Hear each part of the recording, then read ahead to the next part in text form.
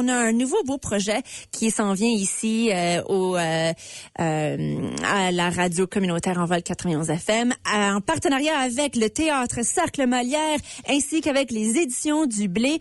Et c'est le micro Molière, où on va présenter différents textes. Et tout ça, je crois bien que c'est dans aussi le cadre des 100 ans du Théâtre Cercle Molière. Pour en parler, Yann Dallaire est ici avec moi. Bonjour, Caroline Duché, comment vas-tu? Ça va très bien, et toi? Super, merci beaucoup. Bon vendredi. Bon vendredi. Micro Molière pour 2 raisons. Oui. Micro? Ben oui. Ben, 2 raisons. Parce que c'est très petit.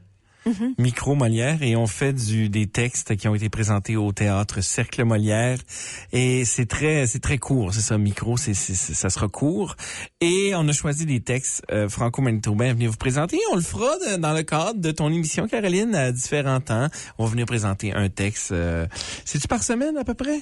Eh bien, non, c'est par mois, hein? Oui, chaque mois, il y a un différent texte qu'on va venir faire en direct à l'émission, mais qu'on va aussi rediffuser à multiples reprises. Donc, parlons des textes choisis, parce qu'il y a 4 différents textes qu'on va présenter à partir de la fin de ce mois-ci jusqu'en juin. Quels sont ces textes-là? Ça a été un défi de trouver des textes. Ce qu'on voulait faire vraiment, c'est de démontrer le théâtre franco-manitobain à travers ça. Alors, on a essayé de trouver des auteurs ou des pièces qui ont marqué le Manitoba français. Et on a, puis c'est ça qui a été un défi. Ça a été difficile parce qu'il y en a beaucoup, tu sais, des écrits franco-manitobains ou dans lesquels on parle du Manitoba français. Et vraiment, on est tombé on s'est entendu sur 4. Bien sûr, on aura roulement de tambour du Marc Prescott. Oui. On aura du Roger Auger avec Je m'en vais à Regina. Et on aura l'article 23. Je sais pas si tu as entendu parler de l'article 23, mais l'article 23, c'est une pièce de théâtre qui a été faite dans les années 1985 et reprise juste au moment de la pandémie. C'est pour ça que je te demande si tu en as entendu parler, parce que ça n'a pas fait de grand bruit à cause de la pandémie, justement. Ça a été présenté tout de suite quand on avait le droit de refaire du théâtre. J'y étais dans la salle. T'étais dans la salle, tant mieux. Okay. L'article 24 et la suite. L'article 23 et sa suite. Que j'ai eu l'honneur de retravailler. C'est un texte que j'ai eu l'honneur de retravailler. Alors, ce sera un texte de moi. Wow, et on a aussi Lise Gaboury-Diallo avec sa plus récente pièce là sur Pauline Boutal, Entre les planches et... Entre les toiles et les planches. Entre les toiles et les planches, voilà. Alors, c'est on a les aussi, 4 textes. Oui, c'est ça. 4 textes qu'on va pouvoir entendre ici sur les ondes d'Envol. J'aimerais aussi accueillir ici Marie-Ève Fontaine. Bonjour. Allô, comme un cheveu, ça saute. Ben oui, comme un chien dans un jeu de quilles. C'est la journée de la francophonie aujourd'hui, hein? Ben oui. Fait que c'était mouvementé au bout, au Cercle Molière aujourd'hui. Excellent. Alors, je suis arrivée en courant au micro, là. C'est correct. C'est une journée importante à célébrer. Parlons d'un petit peu l'idée derrière ce projet quand même, Marie-Ève. On a parlé un peu des textes qui vont être présentés. Mais c'est quand même pour reconnaître qu'une grande partie là, du Théâtre Cercle Molière, c'est du théâtre en français dans l'Ouest qui célèbre 100 ans. C'est spécial. Oui, c'est spécial. On voulait faire quelque chose de spécial avec Envol, qui sont un peu nos partenaires médias cette année. C'est aussi le 35e d'Envol, si je me trompe pas, cette année. Puis Denis Michel, ton grand patron, il voulait faire quelque chose de spécial. Puis on est allé prendre un café, puis on jasait de ça. Puis j'ai dit, coudonc, on fait du théâtre au micro. On va faire du théâtre au micro. Puis j'ai rencontré Yann, puis ensemble, on a un peu cogité sur quelles devraient être les pièces qu'on met de l'avant et tout ça. C'est sûr qu'on allait mettre de l'avant du théâtre franco-manitobain. Puis moi, ce que je constate depuis que je suis au Cercle, c'est que on est chanceux. On a un gros bassin d'artistes. On a un répertoire de théâtre franco-manitobain. Les autres provinces de l'Ouest peuvent pas en dire autant. Hein. On est vraiment, vraiment bien nantis. Et puis, moi, ce que je veux, c'est que toutes les générations connaissent au moins 2, 3, 4 pièces franco-manitobaines que quand on dit Marc Prescott, c'est quoi sa pièce là? Donc je veux qu'on ait ce référent-là.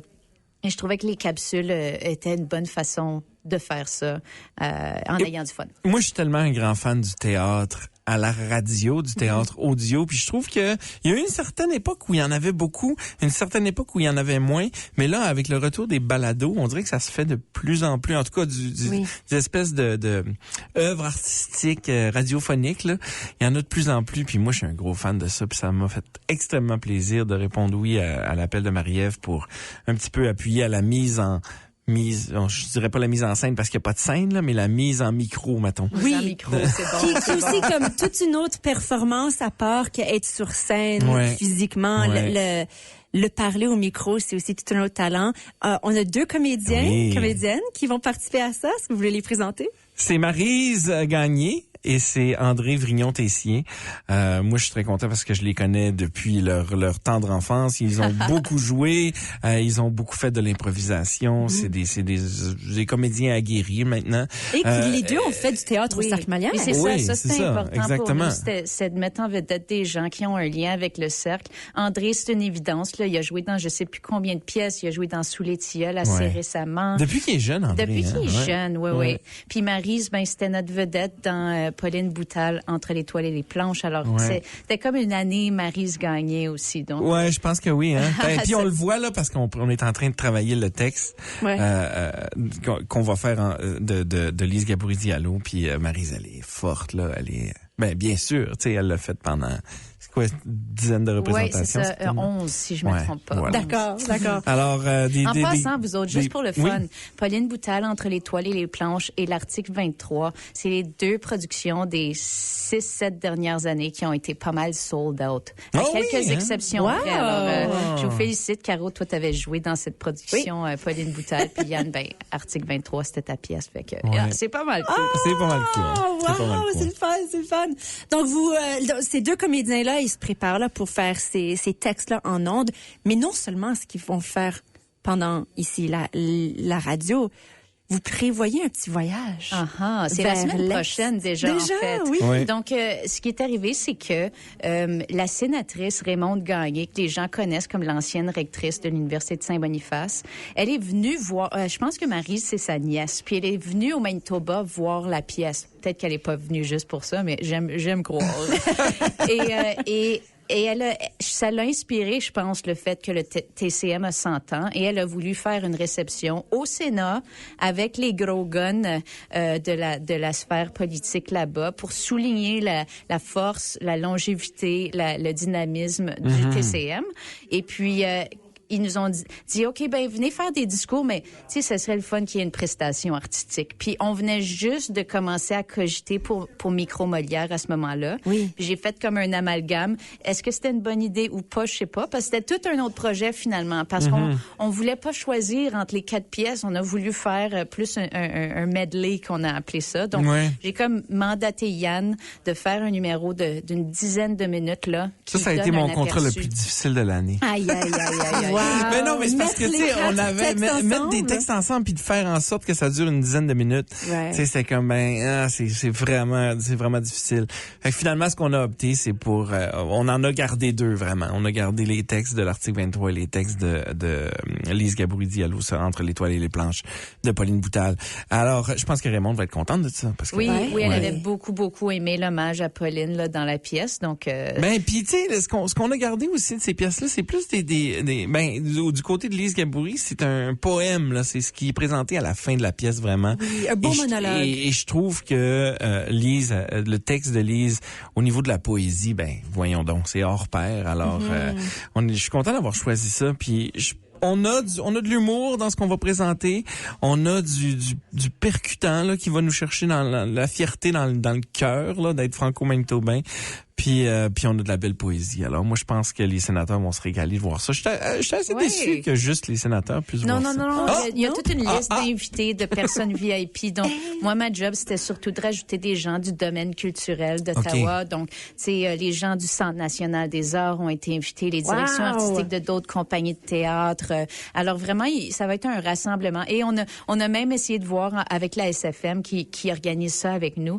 On a essayé de voir quels sont les expatriés franco-manitobains qu'on pourrait inviter. Alors, il y a des Gabriel Gosselin qui résident maintenant à Ottawa. Il y a des Christine Guillot. Alors, on a essayé de ramener tout ce monde-là ensemble pour, je sais pas combien on va être, probablement une centaine. Puis, le même jour, drôlement, 1 heure après notre réception, il y a la réception pour souligner les communautés acadiennes. Quelque chose du genre. Alors, ça va être un party, je pense. Les Acadiens vont venir nous voir, puis ensuite, on va aller à leur party. Fait que ça va être incroyable. Ça va être intéressant, cette belle célébration. Oui. Vous deux, vous allez à Ottawa, non, pour ça? moi, je ne vais pas. Non. malheureusement. Mais c'est correct. J'aurais peut-être pas pu, en fait, parce que ma situation familiale me le permet moins maintenant. mais Marie-Ève, tu y seras? Oui, c'est ça. J'y serai avec Ramatoulaye Sherif, qui est ma co-directrice, et puis avec Maryse et André. Voilà. Alors, c'est ça. Ça va être spécial. Un beau chin-chin. Oui. Un beau chin-chin au TCM. Mais je vous avoue que, tu sais, c'est le 100e du TCM. Moi, je suis arrivée en juillet pour entamer cette célébration-là. On est quasiment tanné de célébrer. Il y a eu...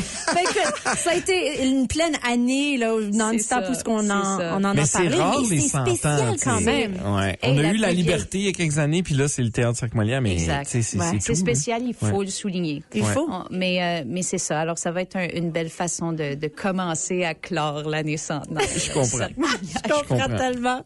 Alors Marie-Ève, tu vas voir les sénateurs d'Ottawa, et ensuite, est-ce que tu vas voir les sénateurs d'Ottawa? Oh, ça, c'est drôle. C'est pas dans mes plans, mais... On va aller voir du hockey. Alors, ça c'est le 25 mars que vous allez faire cette performance-là à Ottawa. Puis ensuite, à partir de la semaine prochaine, on a déjà les textes qui vont être en ondes à la radio pour les textes. Et ce sera en direct. Je veux le spécifier parce que c'est le fun que ce soit en direct. Oui. Il y a une fébrilité au niveau des comédiens. Puis s'ils se trompent, ils se trompent. Ça fait partie du théâtre, moi, je pense. C'est exactement. Ça. Théâtre live. Et la première capsule, qui est le vendredi 27, le vendredi prochain, c'est le 27 mars, c'est la Journée internationale du théâtre. Alors, ça va être une belle occasion pour lancer ça. Ben, merci d'être partenaire là-dessus. Ça nous fait vraiment heureux d'être parmi tous ceux qui font ce beau projet-là. Il y a aussi les éditions du Blé que je voulais mentionner parce que grâce à eux, avec leur partenariat aussi, on a les droits d'auteur de ces textes qui ont été choisis. De ces textes-là, ouais, c'est super. Alors, c'est une belle collaboration qui met en vedette tout ce travail-là. Voilà. Marie-Ève Fontaine et Yann Dallaire. Merci beaucoup. Toujours un plaisir.